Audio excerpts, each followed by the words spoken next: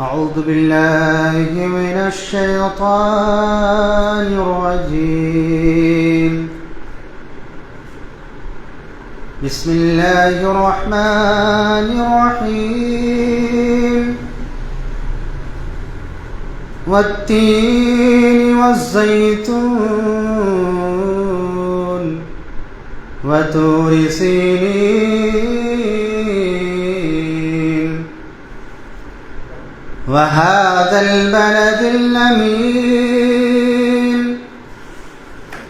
لقد خلقنا الإنسان في أحسن تقويم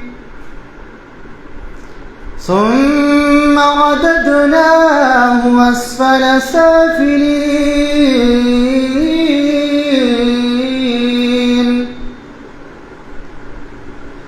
إلا الذين آمنوا وعملوا الصالحات فلهم أجر غير ممنون. فما يكذبك بعد بالدين أليس الله بأحكم الحاكمين.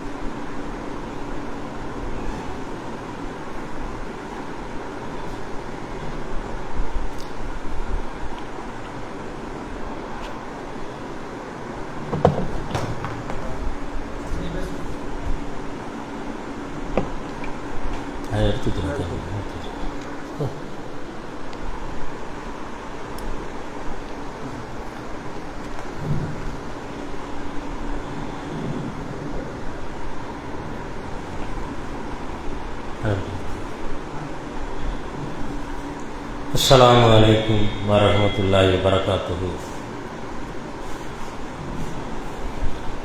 إن الحمد لله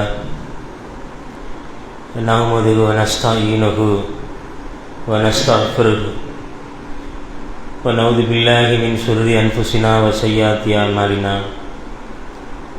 من يهده الله فلا مضل له ومن يضلل فلا هادي له. وأشهد أن لا إله إلا الله وحده لا شريك له وأشهد أن محمدا عبده ورسوله. يا أيها الذين آمنوا اتقوا الله حق تقاته ولا تموتن إلا وأنتم مسلمون. يا أيها الناس اتقوا ربكم الذي خلقكم من نفس واحدة وخلق منها زوجها وبث منهما رجالا كثيرا ونساء. فاتقوا الله الذي تساءلون به والأرحام إن الله كان عليكم رقيبا. يا أيها الذين آمنوا اتقوا الله وقولوا قولا سديدا يصلح لكم أعمالكم ويغفر لكم ذنوبكم ومن يطع الله ورسوله فقد فاز فوزا عظيما. أما بعد فإن خير الحديث كتاب الله وخير الهدي هدي محمد صلى الله عليه وسلم وشر الأمور محدثاتها وكل محدثة بدعة وكل بدعة ضلالة وكل ضلالة في النار. رب اشرح لي صدري ويسر لي أمري واحلل عقدة من لساني يفقهوا قولي. ربي أدخلني مدخل صدق وأخرجني مخرج صدق واجعل لي من لدنك سلطانا نصيرا. سبح لله ما في السماوات والأرض وهو العزيز الحكيم له ملك السماوات والأرض يحيي ويميت وهو على كل شيء قدير. هو الأول والآخر والظاهر والباطن وهو بكل شيء عليم. سبحانك لا علم لنا إلا ما علمتنا إنك أنت العليم الحكيم. ربي هب لي حكما والحقني بالصالحين. سبحانك اللهم وبحمدك وتبارك اسمك وتعالى جدك ولا إله غيرك. اللهم صل على محمد وعلى آل محمد كما صليت على إبراهيم وعلى آل إبراهيم إنك حميد مجيد. اللهم بارك على محمد وعلى آل محمد كما باركت على إبراهيم وعلى آل إبراهيم إنك حميد مجيد. கண்ணியத்திற்குரிய பெரியோர்களே, தாய்மார்களே, சகோதர சகோதரிகளே, பாசமிகு சிறார்களே, உங்கள் அனைவர் மீதும் இந்த மாபெரும் அண்ட சராசரங்களை படித்து பரிபாலித்து கொண்டிருக்கக்கூடிய அல்லாஹ் சுப்ஹானஹு வ தஆலாவுடைய அருளும் அவனுடைய கருணையும் கிருபையும் நம் மீது என்றென்றும் நிலவட்டுமாக என்ற பிரார்த்தித்தவனாக கம்பம் கிளை ஜமீ தஹ்லீல் குர்ஆன் ஹதீஸ் சார்பாக வாராந்திர பயான் நிகழ்ச்சியில் கலந்து கொண்டுள்ள, குறிப்பாக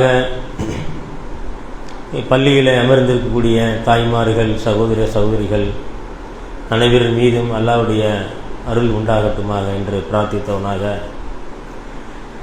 இந்த தொடர் பயனுடைய நிகழ்ச்சியிலே கடந்த 2 வாரங்களாக நவாக்கிலுல் இஸ்லாம், இஸ்லாத்தை முறிக்கக்கூடிய காரியங்கள் என்ற சில அடிப்படையான தகவல்களை பார்த்தோம். கிட்டத்தட்ட இந்த இஸ்லாத்தை முறிக்கக்கூடிய காரியங்களில் 400 காரியங்கள் இருப்பதாக சொன்னாலும் அந்த 400 காரியத்தில் மிக முக்கியமாக இஸ்லாத்தை முறிக்கக்கூடிய காரியங்களில் 10 காரியங்கள் தான், அதை மையப்படுத்தி தான் இந்த தொடர் நிகழ்வு நடைபெற்று கொண்டிருக்கிறது. 400 காரியத்தையும் சொல்லலாமல் ஏன் 10 காரியத்தை மட்டும் எடுத்துக்கிறோன்னு சொன்னால், இந்த முஸ்லீம் சமுதாயத்தில் நடைபெறக்கூடிய இந்த காரியங்கள் அனைத்தும் இந்த 10 காரியத்துக்குள்ளே அடங்கிறது. இஸ்லாத்தை முறிக்கக்கூடிய விஷயங்கள் என்று வரும் பொழுது பெரும்பான்மை மிக்க இந்த முஸ்லீம் சமுதாயத்தில் பார்த்தீங்கன்னா இந்த நிகழ்வுகள், அந்த தவறுகள் தான் என்னது, அந்த 10 காரியங்களுக்குள்ள வந்துருக்கு. அதனால தான் மார்க்க அறிஞர்கள் அந்த 10 விஷயத்துக்கு முக்கியத்துவம் கொடுத்து இந்த காரியங்களிலிருந்து என்ன செய்யணும், நம்மளாம் ஒதுங்கி கொள்ள வேண்டும், இந்த காரியங்களை விட்டு நம்மளாம் விலகி இருக்க வேண்டும், ஒரு எச்சரிப்பதற்காகத்தான் இந்த தலைப்பு. வேறு எந்த நோக்கம் கிடையாது. யாருக்கு ஃபத்வா கொடுத்து யாரையும் வெளியேற்ற போகிறது கிடையாது.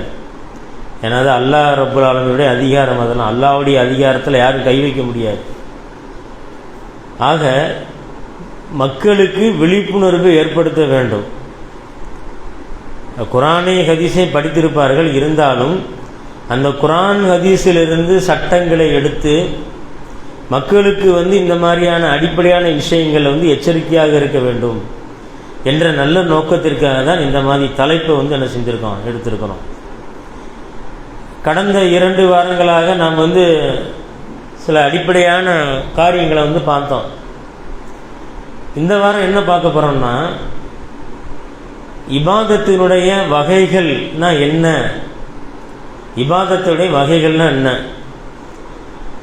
இபாதத்துனா நம்ம மனசில் உடனே வர்றது என்னன்னு கேட்டிங்கன்னா, எல்லோரும் உடனே சொல்லிடுவாங்க இபாதத்துனா என்ன அப்படின்னு கேட்டோம்னா, தொழுகை ஒரு இபாதத்து, திக்ரு செய்கிற ஒரு இபாதத்து, நோன்பு ஒரு இபாதத்து, ஜக்காத்து கொடுக்கறது இபாதத்து, ஹஜ்ஜு செய்வது இபாதத்துன்னு சொல்லி மக்கள் எளிதாக உடனே சொல்லிடுவாங்க இபாதத்துனா இதான் அப்படின்னு நினச்சிடுவாங்க. ஒரு குறுகிய வட்டத்துக்குள்ளே அதை வந்து நினச்சிக்கிட்டு இருக்கிறாங்க. இபாதத்துனா இதான் அப்படின்னு நினச்சிக்கிட்டு இருக்காங்க. கடந்த வாரம் சொன்னது போல் இபாதத்துக்குரிய ஒரு அழகிய டெஃபனேஷன், ஒரு அழகிய விளக்கம் என்ன சொன்னாங்கன்னா, இப்னு தைமியா ரஹ்மத்துல்லாஹி அவர்கள் ஒரு அழகிய டெஃபனேஷன் வந்து சொல்கிறாங்க. ஒரு முஸ்லீமான ஆண் அல்லது பெண் ஒரு வெளிப்படையான சொல் அல்லது வெளிப்படையான செயல் அல்லது அந்தரங்கமான ஒரு சொல்லை சொல்கிறாங்க அல்லது ஒரு அந்தரங்கமான செயலை செய்கிறாங்க. வெளிப்படையாகவும் அந்தரங்கமாகவும் ஒரு சொல்லை சொல்கிறாங்க அல்லது வெளிப்படையாகவோ அல்லது அந்தரங்கமாகவோ ஒரு செயலை வந்து செய்கிறாங்க. அப்போ இப்படி சொல்லையும் செயலையும் அல்லாஹ் பொருந்தி கொள்வானோ, அல்லாஹ் விரும்புவானோ அவை அனைத்தும் உள்ளடக்கியதான் இபாதத். இதை நல்ல மனசில் வச்சுக்கோங்க. இபாதத்துன்னு சொன்னீங்கன்னா அல்லாஹ் பொருந்தி கொள்ளணும், அல்லாஹ் விரும்பணும் அந்த செயலை. சரிங்களா? அல்லாஹ் விரும்பணும், அல்லாஹ் பொருந்தி கொள்ளணும். அதே நேரத்தில் மனிதன் வந்து ரெண்டு செயல் தான் செய்ய முடியும். ஒன்று அந்தரங்கமாக செய்ய முடியும், இன்னொன்று வெளிப்படையாக செய்ய முடியும். நீங்கள் அந்தரங்கமாக ஒரு சொல்ல சொல்கிறீங்க, ஒரு செயலை செய்கிறீங்க, அல்லது வெளிப்படையாக ஒரு சொல்ல சொல்கிறீங்க அல்லது ஒரு செயலை செய்கிறீங்க. இப்படி செய்யும்போது அல்லாஹ் விரும்புகிறான், அல்லாஹ் பொருந்தி கொள்வான் என்று சொன்னால் அதுக்கு பேர் தான் இபாதத். அதுக்கு பேர் தான் இபாதத். அப்போ அந்த குறுகிய வட்டம் அது வந்து இதான் இபாதத்துன்னு வெளிப்படையாக நம்மளுக்கு தெரிஞ்சிருக்குது. ஆனால் ஒரு ஆழ்ந்த ஒரு விளக்கம், ஒரு ஆழ்ந்த டெஃபனேஷன், ஒரு டீப்பான வரையறை என்னன்னு சொன்னீங்கன்னா இதுதான் இபாதத்திற்கு. கண்ணியத்திற்குரிய தாய்மார்களே, சகோதரர்களே, இப்போ இதெல்லாம் இபாதத்துன்னு சொல்லிட்டேன் நான். வெளிப்படையாக செய்கிறது, அந்தரங்கமாக செய்கிறது. உதாரணம் பார்த்தீங்கன்னா உங்களுக்கு புரியும். இப்போ வந்து துவா வந்து கேட்குறீங்க, அல்லாஹ்ட்ட துவா கேட்குறீங்க, பிரார்த்தனை செய்கிறீங்க. இப்போ துவா கேட்குறது கத்திக்கிட்டு துவா செய்கிறது. அல்லாஹ் வந்து அனைத்தையும் செவியுறுபவன், நமது பிடரி நரம்பை விட மிக அருகாமையில் இருக்கிறான். அந்த ரப்புட்ட எப்படி துவா கேட்கணும் அல்லாஹ் குர்ஆனிலே சொல்லி காட்டுகிறான். உரத்த சத்தமின்றி அவன்கிட்ட பணிவாக கேட்கணும். நீங்கள் ஒரு செவிடனை வந்து அழைக்கலை, அல்லாஹ் ரப்புல் ஆலமீன் அனைத்தையும் செவியுறுபவன். அப்போ அந்த ரப்புட்ட எப்படி கேட்கணும்? ஒரு பணிவு இருக்கணும், ஒரு அமைதியாக கேட்கணும், ஒரு உள்ளார்ந்த உள்ளம் உருகி கேட்கணும் அந்த ரப்புட்ட. அப்போ துவா கேட்கக்கூடிய விஷயம் வந்து ஒரு இபாதத். அந்த இபாதத் எப்படி இருக்கணும்? அதை அல்லாஹ் குர்ஆனில் சொல்லி காட்டுகிறான். நீங்கள் பணிவாக கேளுங்க, சப்தமின்றி கேளுங்க, உள்ளம் உருகி கேளுங்க. ஏன்னா நீங்கள் மனசுக்குள்ளே என்ன நினைச்சாலும் அது அல்லாஹ் அறிவான். அப்போ துவா கேட்கக்கூடிய விஷயம் இது ஒரு இபாதத். அல்லாஹ்வை நேசிக்கிறீங்க. அல்லாஹ்வை நேசிக்கணும்னு என்ன அர்த்தம்? அல்லாஹ்வுடைய கட்டளைக்கு நீங்கள் என்ன செய்கிறீங்க? கட்டுப்பட்டு அந்த கட்டளை நிறைவேற்றுறீங்க. அல்லாஹ்வை நேசிக்கக்கூடிய விஷயம் இது இபாதத். அல்லாஹ் மீது ஆதரவு வைப்பது, அல்லாஹ் தான் எல்லாம் நம்மளுக்கு, அல்லாஹ் தான் பாதுகாவலன், அவன் மீது ஆதரவு வைப்பது அது ஒரு இபாதத்.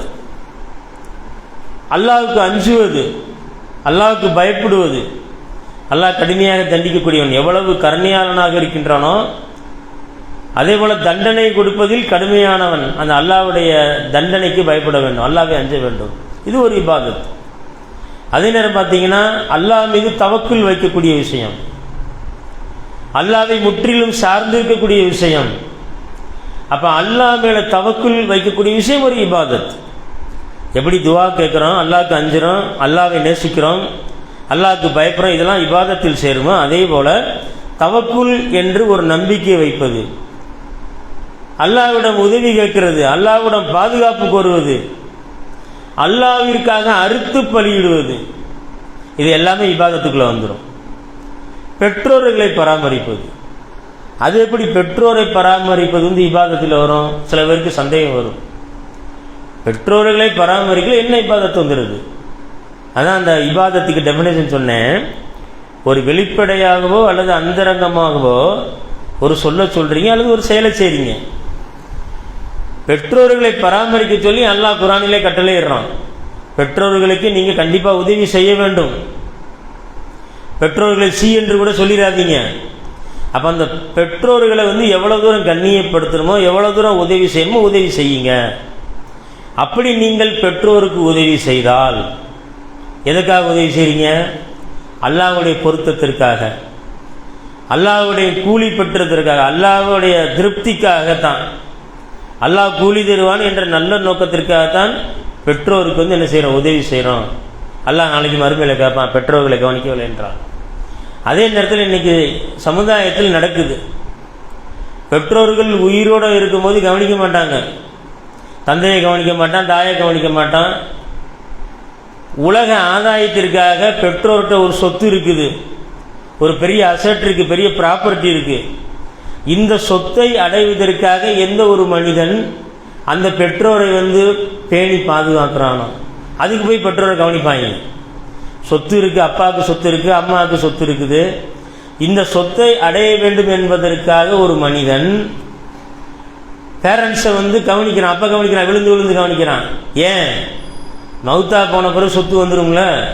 அப்போ இந்த உலக ஆதாயத்தை அடைவதற்காக ஒரு மனிதன் தன் பெற்றோரை கண்ணியப்படுத்துகிறான், உதவி செய்கிறான் என்று சொன்னால் இது இபாதத்தில் அடங்காது. இது இபாதத்து கிடையாது. அல்லாஹ்வுடைய திருப்பொருத்தத்திற்காக நாளை மறுமையில் அல்லாஹ் கேள்வி கேட்பான், ஏன் கவனிக்கலண்டு. அல்லாஹ்வுடைய திருப்பொருத்தத்திற்காக யார் பெற்றோர்களை கவனிக்கிறாளோ அதான் இபாதத். புரியுதா? அதான் இபாதத். அப்போ பெற்றோர்களை கவனிக்கணும். யாருக்காக கவனிக்கணும்? அல்லாஹ் பெற்றோர்களை பணிவிடை செய்யணும்னு கடமையாக்கி இருக்கிறான். பணிவிடை செய்யுங்க கடமையாக்கி வச்சிருக்கிறான். அப்போ நீங்கள் அந்த கட்டளை ஏற்று செயல்படுத்தும் போது அல்லாஹ் விரும்புவானா விரும்ப மாட்டானா? அல்லாஹ் அந்த செயலை ஏற்றுக்கொள்வானா ஏற்றுக்கொள்ள மாட்டானா? அல்லாஹ் பொருந்தி கொள்வானா பொருந்தி கொள்ள மாட்டானா? கண்டிப்பாக பொருந்தி கொள்வான். அப்போ யார் அல்லாஹ்வுடைய திருப்புறத்தத்தை நாடி தன்னுடைய பெற்றோர்களை கவனிக்கிறார்களோ அந்த செயல்தான் இபாதத் அப்படின்னு சொல்லுவாங்க. அப்போ பெற்றோர்களை பராமரிக்கக்கூடிய விஷயம் என்று வரும் பொழுது உலக நோக்கத்திற்காக நீங்கள் செஞ்சீங்கன்னா, வேற காரணங்களுக்காக செஞ்சீங்கன்னா அது இபாதத்து கிடையாது. அல்லாஹ்வுடைய திருப்பொருத்தத்திற்காக நீங்கள் செஞ்சீங்கன்னா அதுதான் இபாதத். புரிஞ்சிருக்குன்னு நினைக்கிறேன். இப்போ அப்போ அல்லாஹ்விற்காக செய்கிறேன் என்று எப்போது உங்கள் உள்ளத்தில் அந்த நிய்யத் இருக்குதோ, அல்லாஹ்விற்கு அஞ்சி இந்த மாதிரியான இபாதத்துகளை நீங்கள் செஞ்சீங்கன்னு சொன்னால் இது எப்படி ஆகும்? இதுதான் இபாதத். இபாதத்துக்கான வரையறைக்குள் நீங்கள் வந்துடுவீங்க. உலக ஆதாயம், வேற உலக காரணங்கள் எதுவும் வந்துருச்சுன்னா அங்கே இபாதத்து ஆகாது. அல்லாஹ் உங்களுடைய செயலை ஏற்றுக்கொள்ள மாட்டான். அன்பிற்கினிய தாய்மார்களே, சகோதரர்களே, இது இபாதத்துகளை இவ்வளோ இபாதத்து இருக்குது. எல்லாமே துவா செய்கிறது, அல்லாஹ்வுக்கு பயப்படுறது, அல்லாஹ்வை நேசிக்கிறது, நிறையா இருக்குது. இப்படி முஆத் இப்னு ஜபல் ரலியல்லாஹு அன்ஹு, இது சஹாபி, ஒரு நபி தோழர். முஆத் இப்னு ஜபல் ரலியல்லாஹு அன்ஹு என்ன சொல்கிறாங்கன்னா, ஒரு ஆசைப்படுறாங்க. என்ன ஆசைப்படுறாங்கன்னு கேட்டிங்கன்னா, இரவு நேரத்தில் நின்று வணங்குறோம், இஷா தொழுகிறோம், தஹஜ்ஜுத் தொழுகிறோம், உபரியான தொழுகைகள் தொழுகிறோம். அந்த இரவு நேரத்தில் தொழுகின்ற பொழுது தொழுதா நன்மை கிடைக்கும். தொழுதா அல்லாட்ட நன்மை கிடைக்கும், கூலி கிடைக்கும். அந்த சஹாபி சொல்கிறாங்க, முஆத் இப்னு ஜபல் ரலியல்லாஹு அன்ஹு சொல்கிறாங்க, இரவு நேரத்தில் நின்று வணங்குவதற்குரிய நன்மையின் கூலி எனக்கு எந்த அளவு கிடைக்கும் என்று நான் எதிர்பார்க்கிறேனோ, இரவில் நின்று வணங்கினா எனக்கு என்ன கூலி கிடைக்குமோ அப்படின்னு நான் எதிர்பார்க்குறேன். அல்லாட்ட நான் எதிர்பார்க்குறேன், கூலியை நான் எதிர்பார்க்குறேன். அப்படி எதிர்பார்த்தால் அதே போல் சொல்கிறாங்க, அதே போல் இரவில் நான் தொழுது விட்டு தூங்குறேன். அந்த இரவில் எனது தூக்கத்தை கொண்டு நான் அல்லாஹ்விடம் அதே போல் நன்மையை எதிர்பார்க்கிறேன் அப்படின்னு சஹாபி சொல்கிறாங்க. எப்படி இரவில் நின்று வணங்கினா அல்லாஹ் கூலி தருவானோ, அதே போல் இரவில் தூங்குறோம் பார்த்தீங்களா, அப்படி தூங்கும் பொழுது அந்த தூக்கத்தை கொண்டு நான் அல்லாஹ்விடம் அதே போல் நன்மையை எதிர்பார்க்கிறேன் அப்படின்னு அந்த சஹாபி சொல்கிறாங்க. புகாரியில் இந்த ஹதீஸ் வருது. அது என்னப்பா, இரவில் நின்று வணங்கினா கூலி கிடைக்கும், சரி, இரவில் தூங்கணும்னா அதுக்கு என்ன கூலி? அது தூங்குறதுக்கு கூலியா? என்னடா இஸ்லாம் கொஞ்சம் வித்தியாசமே சொல்லுது என்று நமக்கு ஒரு சந்தேகம் வரும். கண்ணியத்திற்குரிய தாய்மார்களே, சகோதரிகளே, இஸ்லாத்தை பொறுத்தளவு எந்த ஒரு ஒழுக்கங்களை செய்தாலும், எந்த ஒரு செயல்களை செய்தாலும் அது பல்லு தேய்ச்சாலும் சரி, தூங்கினாலும் சரி, குளித்தாலும் சரி, சிறுநீர் கழித்தாலும் சரி, இப்படி எந்த ஒரு செயல்கள் இருந்தாலும் அதில் ஒரு ஒழுக்கங்கள், அதில் ஒரு ஒழுங்குகள், ரெகுலாரிட்டி அப்படி இருந்துச்சுன்னு சொன்னீங்கன்னா அது இபாதத்தில் வந்து அடங்கும். ஏன், என்ன காரணம்? ரசூல். ஆனால் நம்மிடம் அந்த பழக்கம் இருக்கிறதா? இன்றைக்கி பார்த்தீங்கன்னா இஷா தொழுது தான் வெட்டி பற்றி நிறைய பேசிக்கிட்டு இருக்கோம். 10 மணி வரை, 11 மணி வரை புறம் பேசிக்கிட்டு, 12 மணி வரை, 1 மணி வரை. அதனால தான் இன்றைக்கு பல இளைஞர்களுக்கு ஃபஜ்ர் தொழுகை அடியாகுது. பல பெண்களுக்கு ஃபஜ்ர் தொழுகை தொழுகாமல் தூங்கிடுறாங்க. அப்போ அந்த மார்க்கம் தெரியாதனால தான் நீங்கள் என்ன செய்கிறாங்க, ஃபஜ்ர் தொழுகையை வந்து டெய்லி சூரியன் உதித்த பிறலாம் தொழுகிறாங்க நிறைய பேர். இது மார்க்கம் காட்டி தந்த வழிமுறை கிடையாது. இப்போ முஆத் இப்னு ஜபர் ரலியல்லாஹு சொல்லும்போது உடலுக்கு செய்ய வேண்டிய கடமைன்னா இதுதான், தூங்கணும். கண்ணுக்கு செய்ய வேண்டிய கடமைன்னா கண்ணுக்கு செய்ய வேண்டிய கடமை இருக்குது, உடலுக்கு செய்ய வேண்டிய கடமை இருக்குது. இப்படி பல்வேறு கடமைகளை இஸ்லாம் நம்மளுக்கு வந்து நிர்ணயம் செய்துள்ளது. அப்படி இஸ்லாம் கூறக்கூடிய ஒழுக்க முறைகளுடன் நம்ம தூங்கினோம்னா, இஸ்லாம் கூறக்கூடிய ஒழுக்க முறைகளுடன் நம்ம தூங்கணும்னு சொன்னீங்கன்னா அதுவும் இபாதத்தாகிடும். கண்ணியத்திற்குரிய தாய்மார்களே, அல்லாஹ்வுடைய தூதர் ஸல்லல்லாஹு அலைஹி வஸல்லம் அவர்கள் பார்த்தீங்கன்னா தூங்குவதற்கு முன்பாக ஒரு அருமையான துஆவை வந்து நம்மளுக்கு சொல்லி கொடுத்துருக்குறாங்க. எப்படி இந்த சஹாபி இரவில் நின்று தொழுதால் நன்மை கிடைக்குமோ அதே போல தூக்கத்தை கொண்டு நான் அல்லாஹ்விடம் நன்மையை எதிர்பார்க்கிறேன் அப்படிங்கிறாங்க. தூங்குவதற்கு முன்பாக அழகான ஒரு துஆ வந்து சொல்லித்தராங்க. என் இறைவா, என் இரட்சகனே, உனது பெயரை கொண்டே எனது விழாவை வைத்தேன். அதாவது படுக்கிறது, விழாவை வைத்தேன். மேலும் உனது உதவி கொண்டே அதை உயர்த்துகிறேன். எனவே நீ எனது உயிரை தடுத்து கொண்டால், எனக்கு நீ மரணத்தை விதித்து விட்டால் அதன் மீது இரக்கம் காட்டு அப்படின்னு ரசூல் ஸல்லல்லாஹு அலைஹி வஸல்லம் துஆ சொல்லி கொடுக்குறாங்க. எங்கேயாவது ஏதாவது ஒரு மதம் இப்படி சொல்லி கொடுக்குதா? தூங்குறது என்னடா, தூங்கிட்டு போவான், 10 மணி நேரம் தூங்குவான், 12 மணி நேரம் தூங்குவான், 8 மணி நேரம் தூங்குவான். ஆனால் தூங்குவதற்கு முன்பாக இந்த செய்துவிட்டு அந்த ஒழுக்கங்களை நீங்கள் கடைபிடித்து அல்லாஹ்வுடைய தூதர் சொல்லிக் கொடுத்த இந்த துஆ இருக்கு பார்த்தீங்களா, நீ எனது உயிரை தடுத்து கொண்டால் அதன் மீது இரக்கம் காட்டு ரப்பே அப்படிங்கிறாங்க. அதனை விட்டு விடுவேனால், நம்ம மவுத்து இல்லை, அல்லாஹ் உருவை கொடுத்துட்டான், அப்படி கொடுத்து விட்டால் உனது நல்லடியார்கள் எதனை கொண்டு நீ பாதுகாப்பாயோ அதனை கொண்டு என் உயிரையும் பாதுகாப்பாயாக அப்படின்னு சொல்லி அல்லாஹ்வுடைய தூதர் சொல்லிக்கிறாங்க. எப்பேற்பட்ட துஆ பாருங்க. அப்போ தூங்குவதற்கு முன்பாக கூட இஸ்லாம் நம்மளுக்கு இந்த மாதிரியான ஒரு வழிமுறையை கற்றுத்தருகிறது. அதே நேரத்தில் ரசூல் ஸல்லல்லாஹு அலைஹி வஸல்லம் பார்த்தீங்கன்னா இன்னொரு இடத்துல இன்னொரு செய்தி வருகிறது. யா அல்லாஹ், நீயே எனது உயிரை படைத்தாய், நீயே அதனை மரணிக்க செய்வாய், என் மரணமும் வாழ்வும் உனக்கே ஆகும். நம்ம வாழ்கிறதும் மௌத்தா போகிறதும் அல்லாஹ்வுக்காகத்தான். அப்படி தான் இருக்கணும் ஒரு மூமியினுடைய எண்ணம். அதே நேரத்தில் நீ அதனை வாழச் செய்வாயானால் அதனை பாதுகாத்திடுவாயாக, அதனை மரணிக்க செய்தால் அதற்கு மன்னிப்பு வழங்கிடு.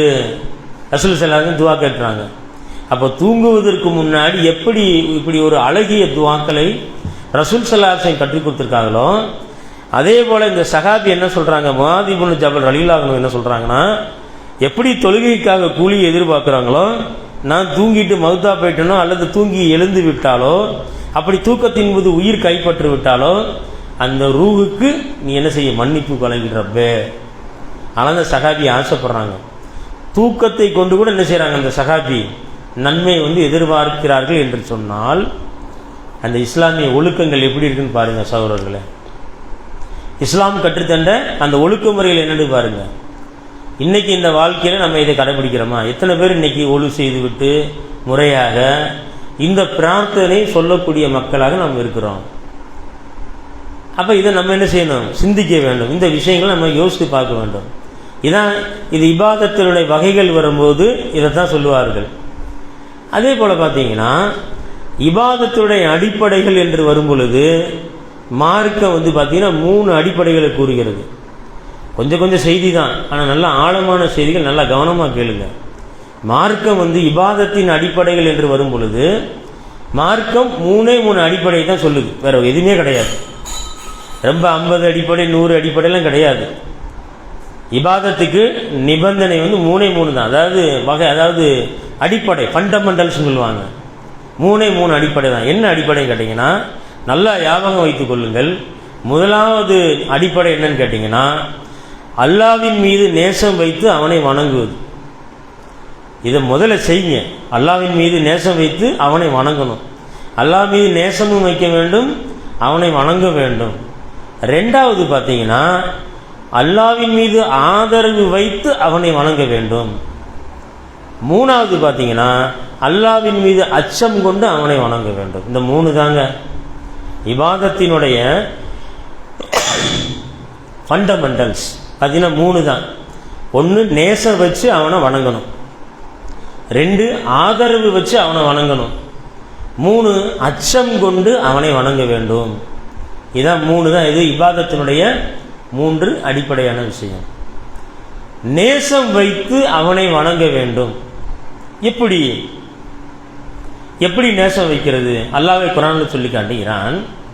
எப்படின்னு கேட்டிங்கன்னா, இன்னைக்கு உலகத்தில் பார்க்குறோம், கடவுள் நம்பிக்கை, ஓர் இறைவன் என்ற ஒரு கொள்கை, ஓர் இறைவன் சொல்லி மனசில் நினச்சிக்கிட்டு இருப்பாங்க. ஆனால் அந்த உண்மையான அந்த ஓர் இறைவன் யாருன்னா தெரியாது. ஒருத்தர் வந்து ஜீசஸை வணங்குவார், அவர் தான் கடவுள்னு நினைத்துக்கிட்டு இருப்பார். சில பேர் சிலைகளை வணங்கி கொண்டிருப்பார்கள். இந்த சிலைகள் வந்து எங்களுக்கு நாளைக்கு இறைவனிடத்தில் ஒரு பரிந்துரை பண்ணும், இறைவனிடத்தில் ஒரு நெருக்கத்தை ஏற்படுத்தும். இப்படி ஒவ்வொருதும் ஒரு கொள்கையோடு வாழ்ந்து கொண்டிருக்கிறாங்க. இப்பேற்பட்ட அந்த உள்ளத்தில் கொள்கையை சுமந்து வாழ்கின்ற மனிதர்களை பார்த்து அல்லாஹ் சொல்றான். நீங்க அல்லாஹ்வுடைய தூதர் அல்லாஹ்னு சொன்னோம்னா இன்னைக்கு நிறைய பேருக்கு எரிச்சல் வருது. அவுலியான்னு சொல்லிட்டோம்னா அப்படி ஒரு உள்ளத்தில் அப்படி ஒரு நேசம் வந்துடும். அந்த மகான், இந்த அவுலியா அப்படின்னா ஒரு உள்ளத்தில் அப்படி ஒரு பொங்கிடும், ஒரு நேசம் வந்துடுது. அல்லாஹ்னு சொன்னோம்னா கண்டுக்கிற மாட்டாங்க. அவுலியான்னு சொன்னா போதும் அப்படியே ஒரு உணர்ச்சி வசப்பட்டுருவாங்க. இப்பேற்பட்ட மனித மனங்களை பார்த்து அல்லாஹ் ரப்புல் ஆலமீன் குர்ஆன்ல சொல்லி காட்டுகிறான். வமினன் நாசி மை யத்தஹிது மின் தூனில்லாஹிங்கிறான் அல்லாஹ். மனிதர்களில் வமினன் நாசி, மனிதர்கள் என்ன செய்கிறாங்கன்னா, மை யத்தஹிது எடுத்துக்கொள்கிறார்கள். யாரை? மின் தூனில்லாஹி, அல்லாஹ் என்று எடுத்துக்கொள்கிறார்கள். என்ன எடுத்துக்கொள்றாங்க கேட்டீங்கன்னா, அந்தாதை யுஹிப்பூனஹும், இணையாய்களை, அல்லாஹ்விற்கு இணைகளை ஏற்படுத்துகிறார்கள், அல்லாஹ்விற்கு இணையாளர்களை ஏற்படுத்திக் கொள்கிறார்கள். இணைவாளர்களை ஏற்படுத்தி கொண்டு யுஹிப்பூனஹும் அப்படிங்கிற யுஹிப்பூனஹும், அவைகளை நேசிக்கிறார்கள் அப்படிங்கிறான் அல்லாஹ். அதாவது மனிதர்களுடைய உள்ளத்தில் என்ன இருக்குதோ அல்லாஹ் அதை சொல்லி காட்டுகிறான். மனிதர்கள் இருக்காங்க சில பேர் மினன்னாசி மை யத்தஹிது மின் தூனில்லாஹி, அல்லாஹ்வை தவிர்த்து இணையாளர்களை ஏற்படுத்தி கொண்டு நேசிக்கிறார்கள். யுஹிப்பூனஹும்ங்கிறான் அல்லாஹ். சொல்லிட்டு எல்லாம் சொல்றான், ஹுப்பில்லாஹி வல்லதீன ஆமனு அஷத்து ஹுப்பலில்லாஹி அப்படிங்கிறான். அஷத்து ஹுப்பலில்லாஹி. ஆனால் மூமின்கள் எப்படி தெரியுமா இருப்பாங்க? அதாவது அல்லாஹ்வுடைய அடியார்கள் எப்படி தெரியுமா இருப்பாங்க? அஷத்து ஹுப்பலில்லாஹி, அல்லாஹ்வை வந்து கடுமையாக நேசிப்பார்கள். பாருங்க, எப்போ டிஃபரன்ஷியேட் பண்ணி காட்டுறான் பாருங்க. அல்லாஹ் இணையாளர்களை, அல்லாஹ்வுக்கு இணையாளர்களை ஏற்படுத்தி அல்லாஹ்வை நேசிப்பது போல அந்த இணையாளர்களை வந்து நேசிப்பாங்க. ஆனால் மூமின்கள் எப்படி தெரியுமா இருப்பாங்க? வல்லதீன ஆமனு அஷத்து ஹுப்பலில்லாஹிங்கிற அல்லாஹ். அல்லாஹ் வந்து கடுமையாக நேசிப்பாங்களாம். இன்னைக்கு எத்தனை பேர் கடுமையாக நேசிக்கிறோம் அல்லாஹ்வை? அல்லாஹ்வை வந்து அதிகமாக எவ்வளோ பேர் நேசிக்கிறார்கள்? அப்போ அல்லாஹ் பாருங்க எவ்வளோ டிஃபரன்ஷியேட் பண்ணி காட்டுறான். இணையாளர்களை ஏற்படுத்தி கொண்டு நேசிக்கிறார்கள் மனிதர்கள். அதே நேரத்தில் ஆமனு வல்லதீன ஆமனு மூமின்கள் எப்படின்னா அஷத்து ஹுப்பலில்லாஹி, அல்லாஹ் கடுமையாக நேசிப்பார்கள், அல்லாஹ்வை அதிகமாக நேசிப்பார்கள். வலவ் யரல்லதீன லலமு இது யரவுனல் அதாப அன்னல் குபத்தில் இல்லாஹி ஜமீஅன் வ அன்னல்லாஹ ஷதீதுல் அதாப். அல்லாஹ் சொல்றான், வலவ் யரல்லதீன லலமு, இந்த அநியாயம் செய்யக்கூடியவர்கள், அல்லாஹ்வுக்கு இணையாளர்களை ஏற்படுத்தி அநியாயம் செய்யக்கூடியவர்கள், இது யரவுனல் அதாப, நாளை மறுமை நாளின் போது வேதனையை காணும்போது, அன்னல் குவத்தல் இல்லாஹி, அல்லாஹ் தான் பலம் வாய்ந்தவன், அல்லாஹ் தான் பவர், அல்லாஹ் தான் சக்தி வாய்ந்தவன் என்று நாளைக்கு மறுமையில் வந்து அறிந்து கொள்வார்கள். ஜமியம் அன்னல்லாக சதீதுல் அதாப். அல்லாஹ் இன்னும் நிச்சயமாக அல்லாஹ் வேதனை செய்வதில் கடினமானவன் என்று அல்லாஹ் குர்ஆனில் சொல்லி காட்டுகிறான். அப்போ முதல் விஷயம் இபாதத்திற்குரிய ஃபண்டமெண்டல், முதலாவது அடிப்படை என்று சொன்னால் அல்லாஹ்வின் மீது நேசம் வைத்து அவனை வணங்க வேண்டும். அப்ப நேசம் வைக்கிறது எப்படி வைக்கணும்னு சொன்னோம்னா அல்லாஹ் சொல்லி காட்டுகிறான், வல்லதீன ஆமனு அஷத்து ஹுப்பல் இல்லாஹி அப்படிங்கிறான் அல்லாஹ்.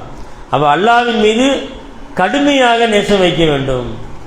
இந்த சூராவுடைய வசனம் எங்க இருக்குன்னு கேட்டீங்கன்னா குர்ஆன்ல போய் படிச்சு பாருங்க.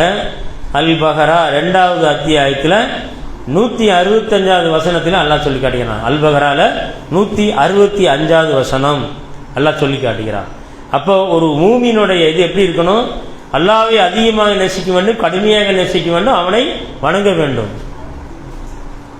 இவர்கள் இணையாளர்களை ஏற்படுத்தியதோடு என்ன செய்யக்கூடாது? அல்லாஹ்வுக்கு இணையாளர்களை ஏற்படுத்தி கொள்ளக்கூடாது அல்லாஹ் சொல்றான். இதாங்க இபாதத்தினுடைய முதல் அடிப்படை. இதை நீங்க நன்றாக விளங்கிக் கொள்ள வேண்டும். இபாதத்துடைய 2வது 3வது அடிப்படை என்ன சொன்னீங்கன்னா ஆதரவு வைத்து அவனை வணங்க வேண்டும். அல்லாஹ்வை அச்சம் கொண்டு அவனை வணங்க வேண்டும். அல்லாஹ் குர்ஆன்ல சொல்றான், பனி இஸ்ராயீல்ங்கிற அத்தியாயத்தில் 57வது வசனத்தில் அல்லாஹ் சொல்லி காட்டுகிறான், உலாயிகல்லதீன யதுஊன யப்தகூன இலா ரப்பிஹுமுல் வஸீலத அய்யுஹும் அக்ரபு வ யர்ஜூன ரஹமத்தஹு வ யஹாஃபூன அதாபஹு இன்ன அதாப ரப்பிக கான மஹ்தூரா அப்படிங்கிறான் அல்லாஹ். உலாயிகல்லதீன யதுஊன யப்தகூன, எவர்களை இவர்கள் இந்த மகான் நாளைக்கு பரிந்துரை செய்வார், இந்த நல்லடியார் நாளைக்கு பரிந்துரை செய்வார் அல்லாஹ்விடம் அப்படின்னு சொல்லி யாரெல்லாம் பிரார்த்திக்கிறார்களோ, யதுஊன யப்தகூன இலா ரப்பிகுமுல், தங்கள் இறைவனின் பக்கம் நெருக்கமாக்கி வைப்பார்கள், இலா ரப்பிகுமுல் வசீலத்த ஐயுகும் அக்ரபு அப்படிங்கிற அல்லாஹ், மிக நெருக்கமானவர்களாக அல்லாஹ்வின் பக்கம் எங்களுடைய அவுலியாக்கள், எங்களுடைய நல்லடியார்கள் ரெக்கமெண்டேஷன் பண்ணுவாங்க, சிபாரிசு பண்ணுவார்கள் என்று யாரெல்லாம் நினைக்கின்றார்களோ, அவர்கள் யாரெல்லாம் ஆதரவு வைக்கின்றார்கள், யர்ஜூன ரஹ்மத்தஹு வ யஹாஃபூன அதாபஹு இன்ன அதாப ரப்பிக கான மஹ்தூராங்கிற அல்லாஹ். இன்னும் பயப்படுகின்றார்கள், அவனுடைய வேதனையை பயப்படுகின்றார்களோ, நிச்சயமாக உமது இறைவனுடைய வேதனை பயப்பட வேண்டியதாக இருக்கின்றது. இந்த ஆயத்திற்கு விளக்கம் கொடுக்கும் பொழுது குர்ஆனிலே அந்த தமிழாக்கம் எப்படி வருதுன்னா, யாரை இவர்கள் அழைக்கின்றார்களோ அவர்களின் மிக நெருக்கமானவர்களும் தங்களுடைய இறைவனின் பக்கம் நெருங்கும் வழியை தேடுகின்றனர். யாரு இன்னைக்கு அப்படிதான் நடக்குது. இந்த அவுலியா பரிந்துரை செய்வார், நல்லடியார் பரிந்துரை செய்வார்னு சொல்லி தான் இன்னைக்கு என்ன செய்யறாங்க, அல்லாஹ்வுக்கு ஷிர்க் வைத்துக் கொண்டு இருக்கிறார்கள். இப்னு அப்பாஸ் ரலியல்லாஹு அன்ஹு அவர்கள் இந்த ஆயத்திற்கு விளக்கம் கொடுக்கும் பொழுது எப்படி சொல்லி காட்டுகிறார்கள் என்றால், இணை வைப்பாளர்கள் அப்போ வாழ்ந்த இணை வைப்பாளர்கள் என்ன செஞ்சாங்கன்னு கேட்டீங்கன்னா, மலக்குமார்களை வணங்குவார்கள். மலக்குமார்களுக்கு என்ன செய்வாங்க, இபாதத்து பண்ணுவாங்க.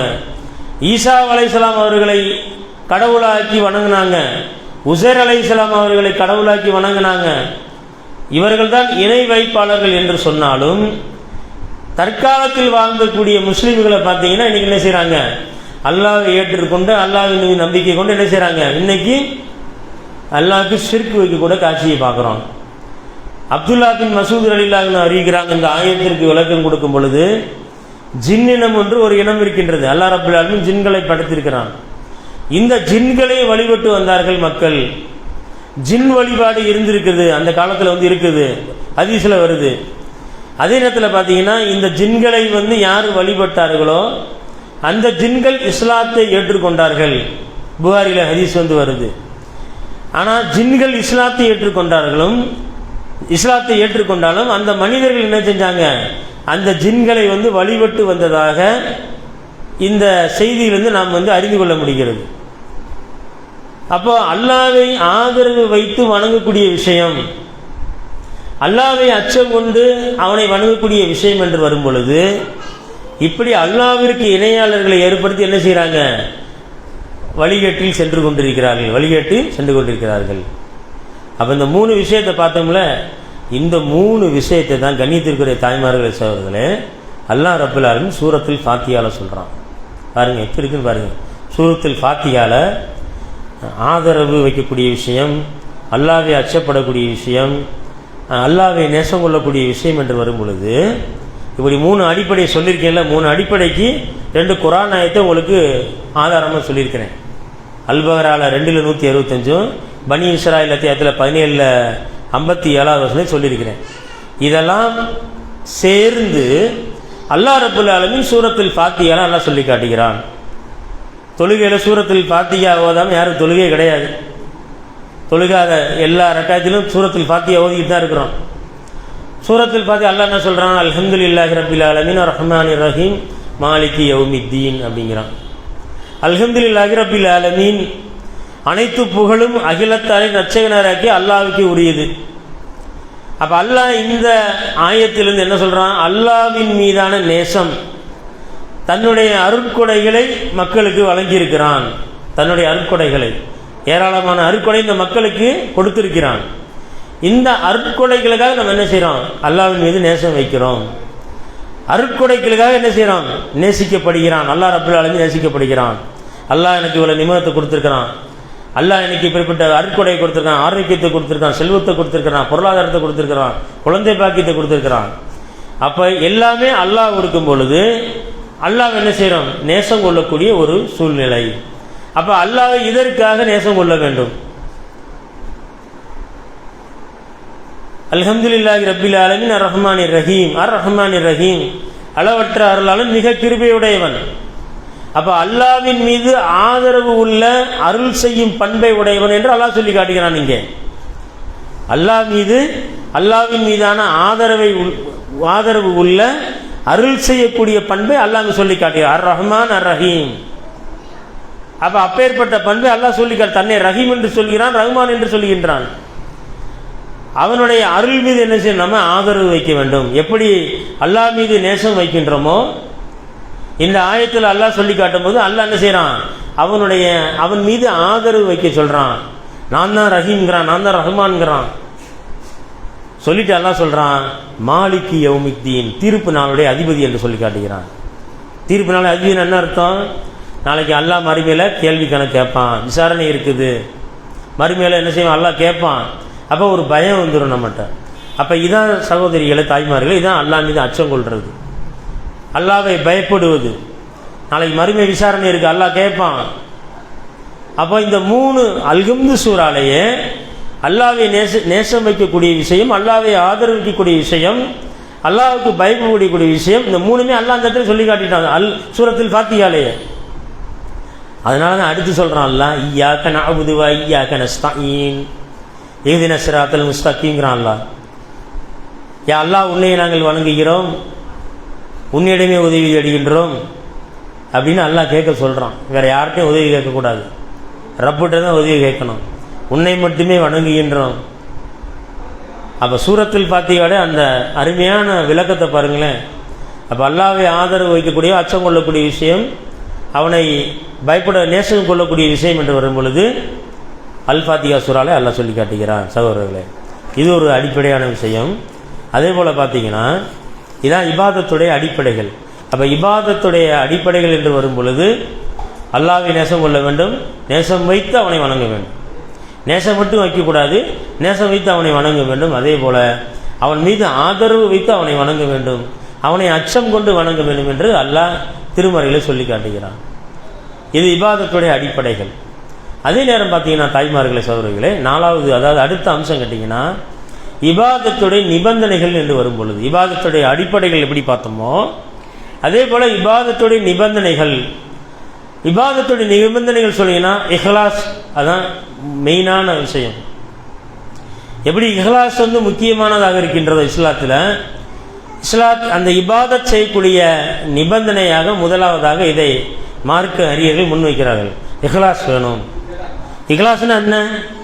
ஷிர்க்கினுடைய அனைத்து வகைகளையும் விட்டு விலகிடணும். என்ன சின்ன சிறுக்குனாலும் சரி, பெரிய சிறுக்குனாலும் சரி, சிற்கிலிருந்து எல்லாத்தையும் விட்டு விலகி அந்த இபாதத்துகளை, அமல்களை அல்லாஹ்விற்கு பரிசுத்தமாக அல்லாஹ்வுக்காக செய்கிறோம். எந்த ஒரு கலப்பற்ற முறையில் செய்கிறோம், எந்த ஒரு மிக்சிங்கும் வந்துடக்கூடாது, உள்ளக்க தூய எண்ணத்துடன் செய்கிறோம். இதான் என்ன செய்வோம், இஹ்லாஸ் அப்படின்னு சொல்லுவாங்க. அல்லாஹ் ரப்பல் ஆலமீன் குர்ஆனில் சொல்லி காட்டுகிறான், வமா உமிரு இல்லாலி யஹ்புதுல்லாஹ முஹ்லிஸீன லஹுத்தீன ஹுனஃபா வயுகீமுஸ் ஸலாத்த வயுத்து ஸகாத்த தாலிக தீனுல் கையிமா அப்படிங்கிறான் அல்லாஹ் ரப்பல் ஆலமீன். வமா உமிரு இல்லாலி யஹ்புதுல்லாஹ முஹ்லிஸீன அப்படிங்கிறான் அல்லாஹ். இன்னும் அல்லாஹ்வே அவனுக்கே வணக்கத்தை கலப்பற்றவர்களாக ஆக்கியவர்களாக, முஹ்லிஸீன லஹுத்தீன கலப்பற்றவர்களாக ஆக்கியவர்களாக, அனைத்து தீய வழிகளை விட்டும் நீங்கி இஸ்லாத்தின் பால் சாய்ந்தவர்களாக, அவர்கள் அல்லாஹ்வை வணங்குவதற்காகவும் தொழுகையை அவர்கள் நிறைவேற்றுவதற்காகவும் ஜக்காத்தை அவர்கள் கொடுப்பதற்காகவே தவிர வேறு எதையும் அவர்களுக்கு கட்டளையிடப்படவில்லை அப்படிங்கிறான் அல்லாஹ். சொல்லிட்டு சொல்கிறான் அல்லாஹ், வதாலிக்க தீனுல் கையிமா அப்படிங்கிறான் அல்லாஹ். இதுதான் நேரான மார்க்கம் என்று அல்லாஹ் சொல்லி காட்டுகிறான். அந்த வார்த்தையை எங்க கவனிங்க. இபாதத்துடைய அடிப்படை எப்படி நம்ம முக்கியமானது பார்த்தோமோ, இபாதத்துடைய நிபந்தனை இஹ்லாஸ் அவசியம். அப்போ இஹ்லாஸ்ன்னு சொன்னோம்னா அங்கே என்ன வரணும், அல்லாஹ்வை வணங்கும் போது கலப்பற்றதாக ஆக்கியவர்களாக, அங்கே கலப்பு வந்துடக்கூடாது, உள்ளக்க கலப்பு வந்துடக்கூடாது, அல்லாஹ் கூட அவுலியா வந்துடக்கூடாது, அல்லாஹ் கூட தூதர்கள் வந்துடக்கூடாது, உள்ள தூதர்களை வணங்கிடக்கூடாது, மலக்குமார்களை வணங்கிடக்கூடாது, ஜின்களை வணங்கிடக்கூடாது. இபாதத் என்று சொன்னால் அல்லாஹ்வுக்கு மட்டும்தான் அப்படின்னு யார் அப்படி ஸ்ட்ராங்காக இருக்கிறாங்களோ அதான் இஹ்லாஸ்ன்னு சொல்லுவாங்க. இதுதான் இஹ்லாஸுடைய முதல் நிபந்தனை. கண்ணியத்துக்குரிய சகோதரர்களே, தாய்மார்களே, அதே நேரத்தில் அல்லாஹ் சொல்லி காட்டுகிறான், இதே மாதிரி இஹ்லாஸுக்கு அடுத்தபடியாக தூதரை பின்பற்றக்கூடிய விஷயம், இது ரெண்டாவது நிபந்தனை. இபாதத்திற்கு ரெண்டாவது அடிப்படையான நிபந்தனை என்ன கேட்டீங்கன்னா தூதரை பின்பற்றுறது. அல்லாஹ் ரப்பல் ஆலமீன் குர்ஆனில் சொல்லி காட்டுகிறான், 59வது அத்தியாயத்தில் 7வது வசனத்தில் அல்லாஹ் சொல்லி காட்டுகிறான், வமா ஆத்தாக்கும் ரசூலு ஃபஹூது வமா நஹாக்கும் அன்ஹு ஃபன்தஹு அப்படிங்கிறான் அல்லாஹ். வமா ஆத்தாக்கும் ரசூலு, இந்த ரசூல் எதை உங்களுக்கு கொடுத்தாரோ, இந்த தூதர் நபி ஸல்லல்லாஹு அலைஹி வஸல்லம் உங்களுக்கு எதை கொடுத்தாரோ ஃபஹூது, நீங்கள் அதை எடுத்துக்கோங்க. வமா நஹாக்கும், எதை உங்களுக்கு தடுத்தாரோ அன்ஹு ஃபன்தஹு, அதை விட்டு நீங்கள் விலகி விடுங்க. அல்லாஹ் அருமையாக சொல்லி காட்டுறான் பாருங்க. இந்த தூதர் எதை உங்களுக்கு கொடுத்துருக்காங்களோ அதை நீங்கள் எடுத்துக்கோங்க, அதை பின்பற்றுங்க. ஃபௌதஹு அப்படிங்கிறாங்க. ஃபௌது அல்லாஹ் சொல்லி காட்டுகிறான். எதை ரசூல் ஸல்லல்லாஹு அலைஹி வஸல்லம் தடுத்து விட்டார்களோ நீங்கள் செஞ்சிடாதீங்க, முடிஞ்சு போச்சு. எவ்வளோ சிம்பிளான விஷயம் பாருங்க. ஆனால் இதை கடைப்பிடிப்பது தான் மக்கள் என்ன செய்கிறாங்க, திணறுகிறார்கள், வழிதவறுகிறார்கள். எப்படி இஹ்லாஸ் முக்கியமோ அந்த இஹ்லாஸுடன் தூதருடைய அந்த நடைமுறையை, தூதருடைய வழிமுறையை பின்பற்றுவது அவசியம். அப்போ ஒரு அமல் என்று சொன்னால், ஒரு இபாதத் என்று சொன்னால் அங்கே ரெண்டு உள்ள வந்துடணும். இதாங்க அடிப்படை, வேற ஒன்றுமே கிடையாது. ஒரு இபாதத் இருக்கு, ஒரு அமல்கள் இருக்கு. அப்படி வந்து விட்டால் அங்கே என்ன இருக்கணும், இஹ்லாஸ் இருக்கணும். இரண்டாவது சரியான வழிமுறை இருக்க வேண்டும். எக்ஸாக்ட் மெத்தட் என்ன, அந்த மெத்தட் யார் சொல்லி தருவா? ரசூல் ஸல்லல்லாஹு அலைஹி வஸல்லம் தான் சொல்லி கொடுப்பாங்க, அவங்க தான் சொல்லி கொடுத்துருக்குறாங்க, அதான் மார்க்கம். அப்போ இதை நீங்கள் ஞாபகம் வச்சுக்கோங்க. இபாதத்துடைய நிபந்தனைகள் என்று வரும்பொழுது இது ரெண்டு அவசியம். இஹ்லாஸ் அவசியம், சரியான வழிமுறை அவசியம்.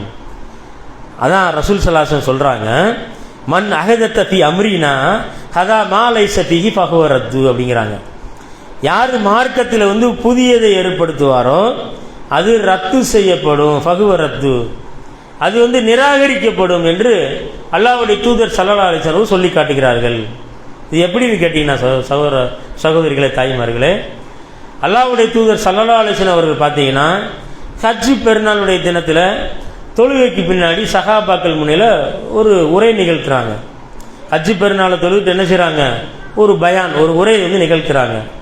அந்த உரையில் ரசூல் ஸல்லல்லாஹு அலைஹி வஸல்லம் சொல்கிறாங்க, யார் நம்முடைய தொழுகையை தொழுது அதன் பிறகு நாம் குர்பானி கொடுப்பது போல் குர்பானி கொடுக்கிறவரே உண்மையில் குர்பானி கொடுத்தவராவார் அப்படிங்கிறாங்க ரசூல்லா.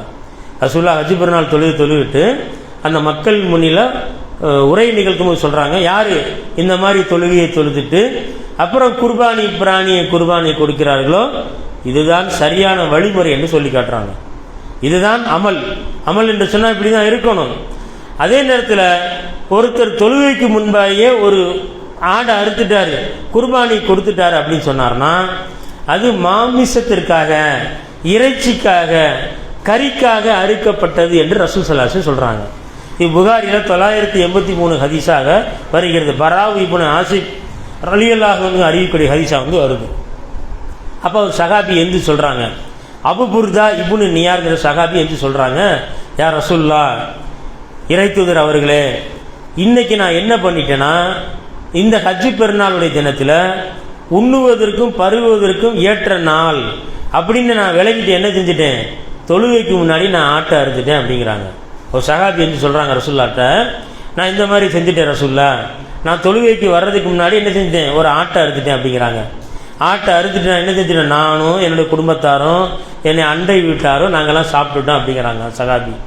அப்போ ரசூல் ஸல்லல்லாஹு அலைஹி வஸல்லம் சொல்கிறாங்க, நீங்கள் அறுத்தது குர்பானிக்காக கொடுக்கல, மாறாக மாமிசத்திற்காக கொடுக்கப்பட்டதான் அந்த ஆடு அப்படிங்கிறாங்க. அப்போ எப்படி தொழுகைக்கு பிறகாக குர்பானி பிராணி அறுக்கப்படும் என்று ரசூல் ஸல்லல்லாஹு அலைஹி வஸல்லம் சொல்கிறாங்களோ, உடனே சஹாபிக்கு சந்தேகம் வந்துருச்சு. அவங்க செஞ்ச செயலை உடனே சொல்கிறாங்க ரசூல்லாட்ட, முறையிடுறாங்க, ரசூல்லா நான் யார் ரசூல்லா நான் இந்த மாதிரி பண்ணிட்டேங்கிறாங்க. அவர் ரசூல் ஸல்லல்லாஹு அலைஹி வஸல்லம் சொல்கிறாங்க, திரும்பவும் ஒரு ஆட்டை குர்பானி கொடு அப்படிங்கிறாங்க. அப்போ அவர் சொல்கிறாரு, அந்த சஹாபி சொல்கிறாரு, யார் ரசூல்லா, என்னிடம் சதைப்பற்றுள்ள 2 ஆடுகளை விட ஒரு 6 மாதம் நிரம்பிய ஒரு ஆடு இருக்குது, ஆட்டுக்குட்டி ஒன்று இருக்குது, அதை நான் அறுப்பது எனக்கு போதுமானு கேட்குறாங்க. ரசூலுல்லாஹி ஸல்லல்லாஹு அலைஹி வஸல்லம் சொல்கிறாங்க, அது போதும், நீ அறுத்து கொடு, உன்னை தவிர யாருக்கும் இது பொருந்தாது அப்படின்னு சொல்கிறாங்க. அப்போ ரசூல் ஸல்லல்லாஹு அலைஹி வஸல்லம் தொழுகை முடிந்த பிறகு ஒரு அமலை சொல்லி காட்டுறாங்க. ஆனால் சஹாபி என்ன செஞ்சுட்டாங்க, கொஞ்சம் தொழுகைக்கு முன்பாக அறுத்து விட்டாங்க. அதையும் சொல்லிடுறாங்க ரசூல்லாட்ட. ரசூல்லா அதுக்கு ஒரு வழிமுறை சொல்லி கொடுக்குறாங்க, இப்படி தான் பண்ணு அப்படிங்கிறாங்க. அப்போது ஒரு அமல், ஒரு இபாதத் என்று வரும்பொழுது பார்த்தீங்கன்னா, எப்படி இஹ்லாஸ், ஒரு தூய்மையான எண்ணம் உங்களை உள்ளத்தில் இருக்கின்றதோ, அதே போல் ரசூல் ஸல்லல்லாஹு அலைஹி வஸல்லம் அவர்களுடைய அந்த காட்டி தந்த வழிமுறையோடு நம்ம பண்ணோம்னா தான் அது இபாதத்தினுடைய நிபந்தனைக்குள்ளே அடங்கும். தாய்மார்களே, சகோதரர்களே, ஆக இபாதத்துடைய அடிப்படைகள், இபாதத்துடைய நிபந்தனைகள் என்று வரும் பொழுது அல்லாஹ்வும் அல்லாஹ்வுடைய தூதரும் அந்த காட்டி தந்த வழிமுறை என்ன என்று ஒவ்வொரு முஸ்லீம் என்ன செய்யணும், பார்த்து அதை நம்ம பின்பற்றும் என்று சொன்னால் இஸ்லாத்தை விட்டு வெளியேறக்கூடிய அந்த சூழ்நிலை இருக்காது. இஸ்லாத்தை முறிக்கக்கூடிய காரியத்தை நாம் செய்தவர்களாக ஆளாக மாட்டோம். எதுவுமே தெரியல, அந்த மார்க்கத்தினுடைய அடிப்படைகளை தெரியாமல் நாமளா அமலா நினச்சி செய்தோம்னு சொன்னால் அது வழியேட்டில் தான் முடியும். அல்லாஹ் குர்ஆனில் சொல்லி காட்டுகிறான், சில பேர் அமல்கள் செய்வாங்க, இபாதத்துகள் செய்வாங்க, நற்செயல்கள் செய்வாங்க. அந்த நற்செயல்கள் எப்படி குர்ஆனுக்கும் சுன்னாக்கும் உட்பட்டதாக இருக்காது. அவங்க மனதில் என்ன தோணுதோ அதை அப்படி செய்வாங்க. அப்படிப்பட்ட நபர்களை பார்த்து அல்லாஹ் சொல்கிறான், அவர்கள் செயல்கள் செய்வார்கள், ஆனால் அவர்கள் செய்யக்கூடிய செயல்கள் என்ன செய்யலாம், நாங்கள் தான் நற்செயலாக செய்கிறோம், இது நாளைக்கு மறுமையில் கூலி பெற்று தரும், எங்களுடைய காரியங்கள் இறைவன் பொருந்திக் கொள்வான் என்று ஒரு நினைப்பில் ஒரு மன இச்சை பின்பற்றி யார் அந்த காரியங்களை செயல்களை செய்கிறார்களோ அந்த காரியங்கள் என்ன, அது அல்லாஹ்விடம் ஏற்றுக்கொள்ளப்பட மாட்டாது. அந்த காரியங்கள் அவங்க அழகாக இருக்கலாம், நான் தான் செய்கிறேன், இந்த அமலை நான் செய்கிறேன், இந்த இபாதத்தை நான் செய்கிறேன், இந்த காரியத்தை நான் செய்கிறேன், அது உங்களுக்கு வேணால் அழகாக இருக்கலாம், அது அல்லாஹ்விடம் ஏற்றுக்கொள்ளப்பட மாட்டாது. அப்போ இப்பேற்பட்ட நபர்களை பார்த்து அல்லாஹ் எச்சரிக்கை செய்கிறான். சகோதரர்களே, ஆக கணிதக்குரிய சகோதரர்களே, நவாக்கில் இஸ்லாம், இந்த இஸ்லாத்தை முறிக்கக்கூடிய காரியத்தில் எப்படி ஆரம்பத்தில் சில விஷயங்களை பார்த்தோமோ, இன்றைக்கி என்ன பார்த்துருக்குறோம், இஸ்லாம் அந்த இபாதத்துடைய அடிப்படைகள், ஃபண்டமெண்டல்ஸ், அது என்னென்று பார்த்துருக்குறோம். அல்லாஹ்வை நேசம் வைத்து வணங்கணும், அல்லாஹ்வை ஆதரவு வைத்து வணங்கணும், அல்லாஹ்வை அச்சம் கொண்டு வணங்க வேண்டும். அதே நேரத்தில் இபாதத்துடைய நிபந்தனைகள் என்று வரும் பொழுது 2 விஷயங்கள் அடிப்படையான, ஒன்று இஹ்லாஸ் ஒன்று இருக்கணும், இன்னொரு சரியான வழிமுறை இருக்கணும். அது தூதர் காட்டியதே வழிமுறையாக இருக்க வேண்டும். இதை நம்ம இப்படியே மனதில் ஏற்றுக்கொண்டு அப்படி நம்ம விளங்கி மார்க்கத்தை டெய்லி தினந்தோறும் படித்து இதான் அல்லாஹ் சொல்லியிருக்கான், அல்லாஹ்வுடைய தூதர் இப்படி சொல்லியிருக்கான்னு சொல்லி விளங்கி நம்ம செய்து கொண்டே இருந்தோம் சொன்னால் என்ன செய்வோம், அல்லாஹ்வுடைய அந்த மறுமை நாளின் போது அல்லாஹ்விடத்தில் நிரப்பமான கூலியை பெறக்கூடிய மக்களாக நம்ம ஆவோம். அல்லாஹ் ரப்புல் ஆலமீன் அதே நேரத்தில் இந்த மார்க்க விஷயம் என்று வரும் பொழுது இன்னும் என்ன செய்யணும், டெய்லி படித்து கொண்டே இருக்கணும். ஒரு எப்படி ஒரு மாணவன் போல, ஒரு மாணவி போல, ஒரு ஸ்டூடெண்ட் எப்படி படித்து கொண்டே இருப்பானோ, 40 வயது ஆனாலும் சரி, 50 வயசானாலும் சரி, வயது என்பது தடையில்லை மார்க்கத்தை படிப்பதற்கு. 60 வயசானாலும் சரி, மார்க்கத்தை தினந்தோறும் அப்டேஷன் சொல்கிறோம். இன்றைக்கி என்னென்னமோ அப்டேஷன் பண்ணுறோம், செல்ஃபோனில் அப்டேஷன் பண்ணுறோம், டிவியில் அப்டேஷன் பண்ணுறோம், எதில் அப்டேஷன் முன்னேறி போயிட்டே இருக்கும். கேட்டால் சயின்டிஃபிக் டெக்னாலஜிங்கிறோம். அப்போ எல்லாத்துலேயும் அப்டேஷன் இருக்கக்கூடிய ஆள்கள் மார்க்கத்தை என்ன செய்யணும், படிக்க மாட்டேங்கிறோம். ஏற்கனவே இறைவனால் முழுமையாக வழங்கப்பட்ட, முழுமையாக அதாவது கம்ப்ளீட்டானது, இனி வகி வரப்போகிற கிடையாது. அப்போ இஸ்லாம் ஒரு முற்றுப்பட்ட, அல்லாஹ்வினால் பொருந்தி கொள்ளப்பட்ட ஒரு மார்க்கத்தை என்ன செய்கிறோம், இன்றைக்கி படிப்பதற்கு மக்கள் முன் வரவில்லை. அந்த நிலையெல்லாம் மாற வேணும், வேறு ஒன்றுமே கிடையாது. தினந்தோறும் படிக்கணும், வயசு தடை கிடையாது. தினந்தோறும் மார்க்கத்தை படிப்பதில் ஆர்வம் காட்ட வேண்டும். அப்படி ஆர்வம் காட்டி நம்ம குடும்பத்தில் என்ன செய்யணும், குர்ஆனையும் சுன்னாவையும் தினந்தோறும் படிக்க வேண்டும். இன்னும் இதுபோல காரியங்கள், என்னென்ன காரியங்கள் இருக்கின்றன, இஸ்லாத்தை முறிக்கக்கூடிய காரியங்கள் என்னென்ன இருக்குன்னு சொல்லி இன்னும் வருங்காலத்தில், இன்னும் வரக்கூடிய வாரத்தில் இன்ஷா அல்லாஹ் பார்க்க இருக்கின்றோம். அதற்கு அல்லாஹ் ரப்புல் ஆலமீன் நம்முடைய அமல்களையும் நம்முடைய செயல்களையும் பொருந்தி கொண்டு நம்முடைய திருப்பொருத்தத்தை நாடியவர்களாக இந்த உரையை நான் நிறைவு செய்கிறேன். வாகிர்தாவனா அல்ஹம்துலில்லாஹி ரப்பில் ஆலமீன். அஸ்ஸலாமு அலைக்கும் வரஹ்மத்துல்லாஹி வபரகாத்துஹு.